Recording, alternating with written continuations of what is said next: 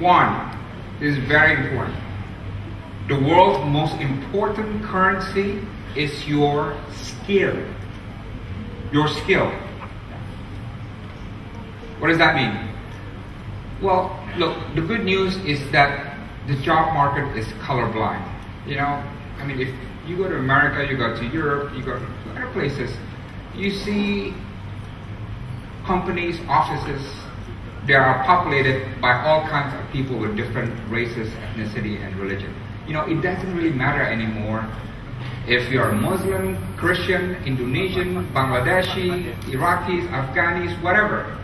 Black, white, yellow, green. Doesn't matter. If you have talent or skill, you get in. You get in. And you excel. Right? That's the difference in the world that we live in today. And you must know that. Right? There's no more time to feel sorry, to feel, oh, there's so much racism in the world. No. They only look for your talent, what you can do. Right? So the good news now is the job market in the world mostly, right? Not totally, but mostly is color blind. Now, the not so good news. The not so good news is that competition will be intense. Now, the world population now is 7 billion. Yeah, 7 billion. What happens there? 5 billion are age 15 or older, which means they'll be qualified to get a job now or soon. 5 billion. Right? 3 billion of them need formal and full-time jobs. And how many actually have jobs? 1.2 billion people. What does that mean? There's a shortfall of 1.8 billion jobs. Right? So people will be competing for these 1.2 billion jobs. What happens to 1.8 billion jobs? They can be competing for it. Right? There's a survey done by Gallup around the world, and you know what they say? They say that young people everywhere, when they ask what is the most important thing for them, for their life, they don't say the environment. They don't say religion or wars or whatever. You know what they say?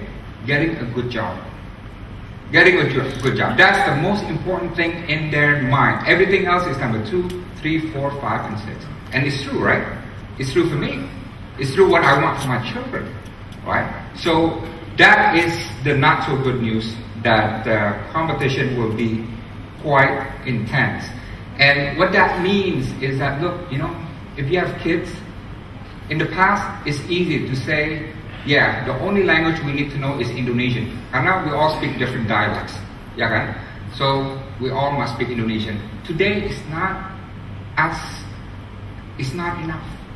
It's not enough for you just to know how to speak Indonesian. And it's not enough for you just to speak English. I'm teaching my kids, I'm telling them, look, by the time you're 15, you must know 4 languages. Indonesian, English, Chinese, and Hispanic, and Spanish. Right? Because that's the skill that you need to survive in the 21st century. Right? In governments, in bureaucracies, you are taught to be uniform, conform. Right? Everyone has to think the same and alike. This is how governments function, not just in Indonesia. But look, if you want to excel in government, you must develop your individuality. Yeah. So conformity is important, and uniformity, but individuality is what makes you separate and excel compared to the rest. Right. If you're in companies or in schools, you got to develop your creative talent. Creativity is what develops your skills that you need for the future. And for governments, I think the key is how do you create a society where you have scientific literacy. And this is a big challenge. You know, I live in America, and even America is falling behind. America is not in the top 10 of the world scientific literacy. There's a recent survey, the top 5 would be Shanghai, China, Finland, Hong Kong, Singapore, Japan, and so on and so on. Indonesia is still at number 60, right? Scientific literacy is what you need to survive in the 21st century, not just literacy, which is what we needed in 1945, but scientific literacy. And this is where we need to catch up. And what is important for young people, for you and me, and I'm sorry if I consider myself young, and this is what I tell students in Indonesia and also in America, you know what will control the world? Is geek power. You know what geek is? Yeah, okay. I'm a geek. I admit. You know, I'm a kutu buku. I'm seorang yang culun, and many of you are that. You know, but geek power is what, not glamour, not glitter. Is geek power is what will control the world. And if you have geek power, you will succeed. And teach your children to be geek and nerdy, because, like me, one day they will do well in life. Second,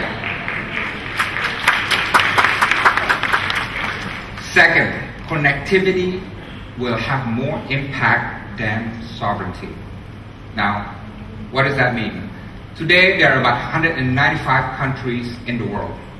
When World War II ended, there were only about 45 to 50 countries and members of the UN, which means there are 4 times more countries today than in 1945. And you know what? It's going to stay that way. We cannot afford another 400% growth in the number of countries. Why? It's going to be World War III. We cannot afford a tripling or a doubling, because it's just too much. The world cannot afford 400 countries. So it's going to stay around 195. We hope Palestine will become independent. Kosovo has become sort of a nation, and maybe a few more, but not more beyond, I would say, a dozen.